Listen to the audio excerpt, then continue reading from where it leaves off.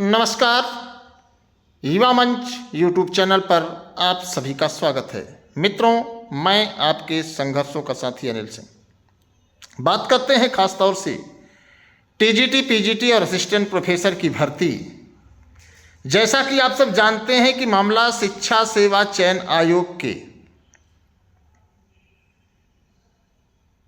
द्वारा अब संपन्न होगा। सवाल यह है कि आज से 2 साल पहले टीजीटी, पीजीटी की भर्ती शिक्षा सेवा चयन बोर्ड कराता था और असिस्टेंट प्रोफेसर की भर्ती उच्चतर आयोग से हुआ करती थी, उच्चतर शिक्षा आयोग से। अब वहाँ की जो सेवा सुरक्षा की धाराएं थीं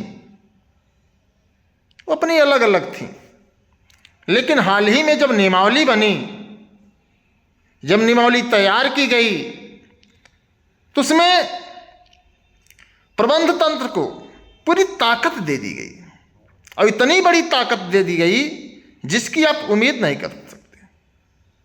और जैसे ही प्रबंध तंत्र को ये लगा कि ये तो हमारे अंदर बड़ी ताकत आ गई है, तो नॉन स्टॉप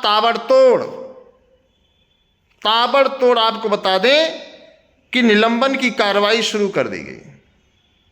दर्जनों शिक्षक निलंबन का शिकार हुए। इतना ही नहीं, कई शिक्षकों ने इस दुनिया से खुद को अलविदा भी कह दिया।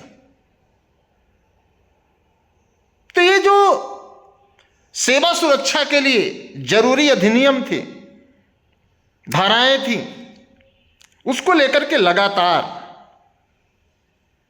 शिक्षा सेवा चयन आयोग से, शिक्षा निदेशालय से, शासन से लगातार प्रयास जारी रहा। इसके बावजूद भी शासन ने इस पर एक लंबे अरसे से गंभीरता से विचार नहीं किया, जिसको लेकर के चयनित शिक्षक के साथ साथ युवा मंच टीम ने भी भरसक प्रयास किया कि सेवा सुरक्षा जैसे मामले पर सरकार उन धाराओं को लागू करे जिससे कि शिक्षकों का अस्तित्व, स्वाभिमान, व्यक्तित्व सुरक्षित रहे। तो प्रशासन के द्वारा अर्थात शिक्षा सेवा चयन आयोग के द्वारा शासन के पास पत्र भेजा गया है, जिसके बारे में मैं थोड़ी सी चर्चा करूंगा। ये पत्र आप देख सकते हैं 12 तारीख को ही भेज दिया गया है, हालांकि वायरल बाद में हुआ। शिक्षा सेवा चयन आयोग ने भेजा है प्रमुख सचिव को।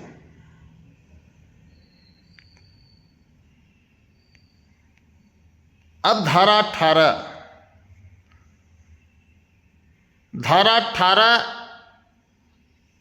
एवं धारा 21 को जोड़े जाने हेतु अनुरोध किया गया है कई लोगों के द्वारा। अब धारा 18 क्या कहता है, यह जानना बहुत जरूरी है। जहां प्रबंध तंत्र ने धारा 10 की उपधारा 1 के अनुसार बोर्ड को किसी रिक्त की सूचना दी हो और किसी प्रधानाचार्य या प्रधान अध्यापक के पद पर वास्तव में 2 मास से अधिक रिक्त रहा हो, वहां प्रबंधतः ऐसी रिक्तियों को प्रधानाचार्य के पद में किसी रिक्त के संबंध में प्रवक्ता श्रेणी के मतलब चयनित कर सकता है। धारा 18 है।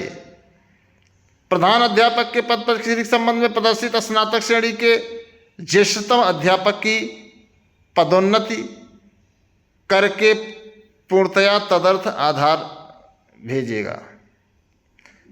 जहां प्रबंध तंत्र उपधारा 1 के अधीन ज्येष्ठतम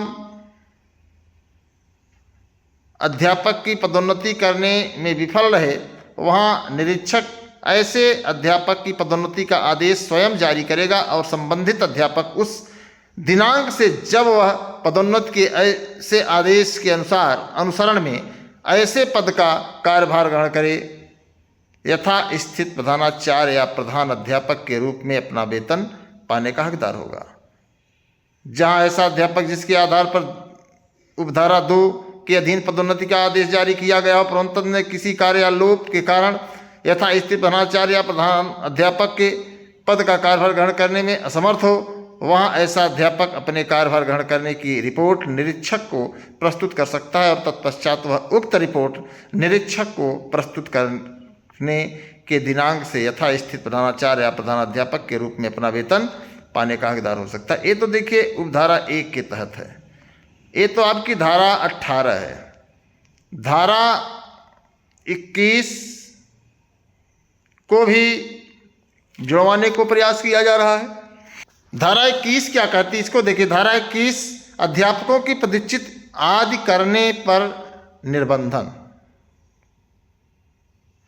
प्रबंध तंत्र बोर्ड के पूर्वानुमोदन के सिवाय किसी अध्यापक को पदच्युत नहीं करेगा, न सेवा से हटाएगा, न सेवा से हटाने का कोई नोटिस देगा, न पदच्युत करेगा, न उसकी उपलब्धियों में कोई कमी करेगा, न ही किसी अवधि के लिए उसकी वेतन वृद्धि, चाहे वह अस्थायी या अस्थायी रूप से हो, रोकेगा। और ऐसे पूर्वानुमोदन के बिना किया गया ऐसा कोई कार्य शून्य होगा। बात समझ जाइए आप लोग। दूसरा, उत्तर प्रदेश शासन विधायी अनुभाग 1 की अधिसूचना इतने लखनऊ फलाना फलाना ढिमका 13 तूफान सब भेजा गया है। तो ये कहने का मतलब क्या है कि तमाम शिक्षकों पर जो प्रबंधकों की गाज गिर रही थी, उसके रोकथाम के लिए इन धाराओं का इस्तेमाल किया जाना शिक्षा सेवा चयन बोर्ड में था।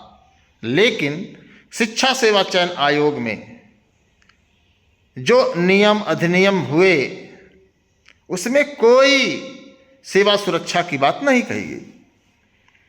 ऐसे में आपने हाल ही में सुना होगा कई जगह, चाहे गोरखपुर हो, चाहे आपका प्रयागराज हो, चाहे जौनपुर हो, चाहे बस्ती हो, चाहे अंबेडकर नगर हो, चाहे आपका सिद्धार्थ नगर हो, चाहे आपका अयोध्या हो, कई ऐसे लेटर्स आप लोगों के सामने आए होंगे जहां सिर्फ और सिर्फ शिक्षकों के निलंबन जैसी खबरें आप लोगों ने देखी होगी। तो मित्रों, स्पष्ट है कि धारा 18, धारा 21 और धारा 12 इसको हर हाल में जोड़ा जाना चाहिए। इसको लेकर के शिक्षक दल भी संघर्ष कर रहे हैं और युवा मंच टीम भी लगातार शासन से, प्रशासन से, आला अधिकारियों से, मुख्यमंत्री से इस मुद्दे को लेकर के गंभीरता से सवाल करता आ रहा है। ऐसे में अब चीज़ें मुझे जहाँ तक लगती हैं कि यह खुशखबरी हो सकती है कि इस पर मोहर लग जाए और ये अधिनियम 1981 के तहत जो ये धाराएं हैं 12, 18 और 21, इनको शामिल किया जा सकता है शिक्षा सेवा चयन आयोग की नियमावली में। ऐसे में क्या होगा कि कोई शिक्षक किसी प्रबंधक के द्वारा मानसिक प्रताड़ना का शिकार नहीं होगा, किसी प्रबंधक की गुलामी की जंजीरों में नहीं जकड़ा जाएगा। और ये बहुत ज़रूरी है। पुरुषों के लिए तो ठीक है, लेकिन जो महिलाएं शिक्षक हैं उनका इन धाराओं के न होने से बहुत शोषण होगा, बहुत शोषण जिसकी आप उम्मीद नहीं कर सकते, जिसकी आप कल्पना नहीं कर सकते, जिसके बारे में आप कोई सोच नहीं सकते। ऐसी ऐसी घटनाएं हमारे पास कई शिक्षिकाओं ने बताई।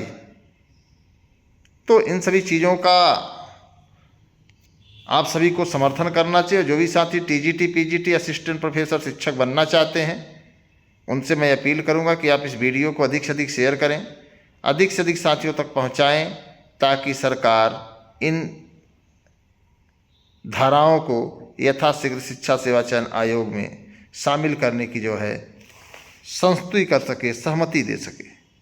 तो उम्मीद करता हूं कि आप हमारी बातों से सहमत होंगे। तो यकीनन सभी साथियों का बहुत बहुत आभार, बहुत बहुत धन्यवाद।